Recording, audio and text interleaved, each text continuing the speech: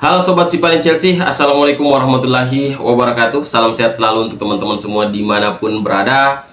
Awan hitam sepertinya mulai menjauh dari atas Stamford Bridge setelah tim kesayangan kita, The Blues Chelsea, meraih kemenangan penting ketika mampu mengalahkan Brighton Hove Albion di ronde ketiga Carabao Cup. Ya, Chelsea sukses menang dengan skor 1-0. Satu-satunya gol di laga ini diciptakan oleh Nicholas Jackson yang mampu memanfaatkan assist yang luar biasa, assist yang sangat cantik dari Cole Palmer yang untuk pertama kalinya bermain sebagai starting line up ya, sebagai starter di skuad The Blues ya. Dan menurut saya baru pertama kali menjadi starter dan mampu memberikan pengaruh yang sangat positif. Bahkan setelah laga ya, Mauricio Pochettino mengatakan ya, saya pikir seluruh anggota tim sangat bagus. Cole Palmer adalah pemain yang sangat bertalenta dan merupakan kunci dalam kemenangan ini. Dia masih muda dan masih perlu beradaptasi di klub, tidak hanya di tim tetapi juga kotanya. Dan Mauricio Pochettino juga menambahkan ya, ini seharusnya menjadi titik balik. Itu harus terjadi. Sudah waktunya. Hari ini ada banyak hal positif. Hari ini kami melihat para pemain berjuang untuk memberikan yang terbaik.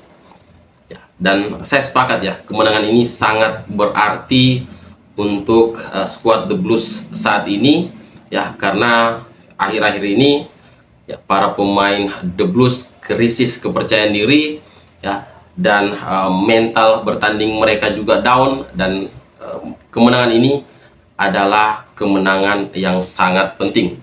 Dan di pertandingan ini menurut saya Chelsea tampil sedikit pincang karena di posisi fullback kanan ya, kita tidak banyak pilihan. Reece James mengalami cedera, Malo Gusto mengantongi kartu merah ketika menjamu Aston Villa ya, dan harus absen di 3 pertandingan The Blues ya, sehingga Pochettino memasang Marco Kurela sebagai fullback kanan. Dan pilihan ini terbukti sangat tepat karena di match ini ya, di pertandingan ini Marco Kurela bermain sangat baik, dan tidak sedikit fans mengatakan bahwa Marco Kurela ini ya, kerasukan Ivanovic, kerasukan Azpilicueta ya. Jadi saya sepakat ya dengan teman-teman bahwa Marco Kurela bermain sangat baik di laga ini. Dan komposisi pemain ya, yang diturunkan Pochettino di pertandingan ini menurut saya adalah komposisi terbaik The Blues sejauh ini ya. Tidak ada pemain yang bermain di luar posisinya kecuali Marco Kurela yang harus ya bermain di fullback kanan karena memang Pochettino tidak punya pilihan ya. Kita melihat ya, Robert Sanchez bermain sebagai kiper utama di laga ini ya, setelah diprediksi bahwa Petrovic kemungkinan akan mengisi pos penjaga gawang utama di laga ini, tetapi ternyata ya Mauricio Pochettino tetap memilih Robert Sanchez ya, meskipun ya dia melakukan beberapa kesalahan ya, tetapi gawang kita masih tetap selamat dari kebobolan dan sukses meraih clean sheet ya di laga ini. Kemudian duet center back ya diisi oleh Levi Colwill dan juga Axel Disasi, dan Ben Chilwell bermain di posisi yang sebenarnya sebagai fullback kiri. Double pivot diisi oleh Moises Caicedo dan juga Leslie Ugochukwu yang di match ini ya, yang di pertandingan ini bermain sangat baik ya. Bahkan Moises Caicedo merupakan pemain dengan akurasi passing ya 92% di laga ini. Sementara Michael Mudryk ya bermain sebagai flank kiri, Ian Maatsen di flank kanan, dan Cole Palmer ya bermain di posisi nomor 10. Sementara Nicholas Jackson bermain sebagai penyerang tengah ya. Dan di pertandingan ini saya melihat ya, penampilan The Blues meskipun kita kalah position ya, tetapi mampu meredam serangan demi serangan dari Brighton Hove Albion. Saya melihat ya, lini pertahanan kita sangat solid, lini tengah kita juga sangat solid, sementara lini penyerangan kita ya bermain sangat baik ya, apalagi setelah Cole Palmer ya bermain sebagai pemain bernomor 10. Michael Mudryk ya, semakin memperlihatkan kualitasnya.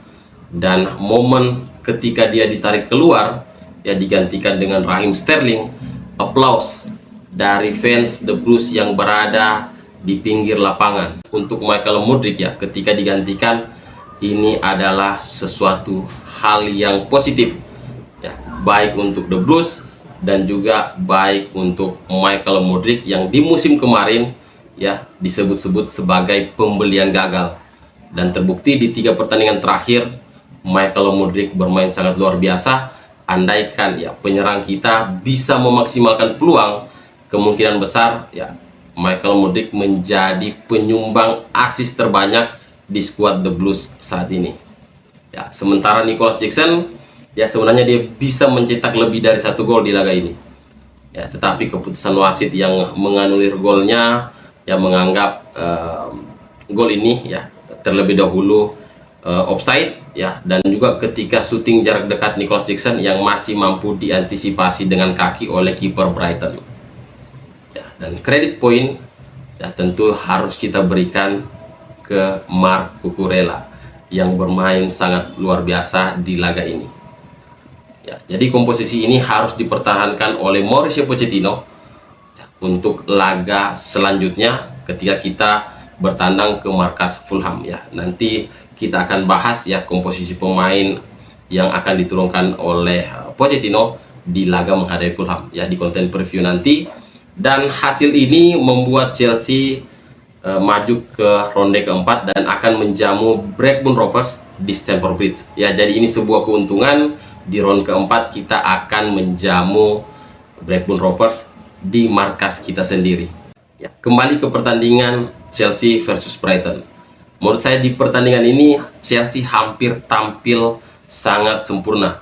Andai saja Robert Sanchez tidak melakukan 2 kesalahan ya, 1 kali salah passing ke Joao Pedro ya yang hampir saja membobol gawang kita ya. Beruntung ya chip dari Joao Pedro masih berada di atas Mister Gawang, kemudian umpannya ke Moises Caicedo yang berhasil direbut oleh pemain Brighton. Beruntung ya sepakan dari Ansu Fati kalau tidak salah mampu ditepis oleh Robert Sanchez. Jadi menurut saya kemenangan ini adalah kemenangan yang sangat penting meskipun hanya ajang Carabao Cup ya, karena ya sebagai fans saya berharap Chelsea memenangi salah satu antara Carabao Cup atau FA Cup ya, karena dengan memenangi Carabao Cup kita punya peluang untuk tampil di Eropa meskipun hanya di Conference League. Sementara apabila The Blues ya bisa meraih juara FA Cup musim ini, secara otomatis The Blues akan mewakili Premier League di ajang Europa League musim depan. Oke, mungkin itu dulu yang bisa saya bahas di video kali ini. Terima kasih sudah menonton video ini sampai akhir. Jangan lupa klik like dan subscribe-nya. Saya Ilham. Assalamualaikum warahmatullahi wabarakatuh.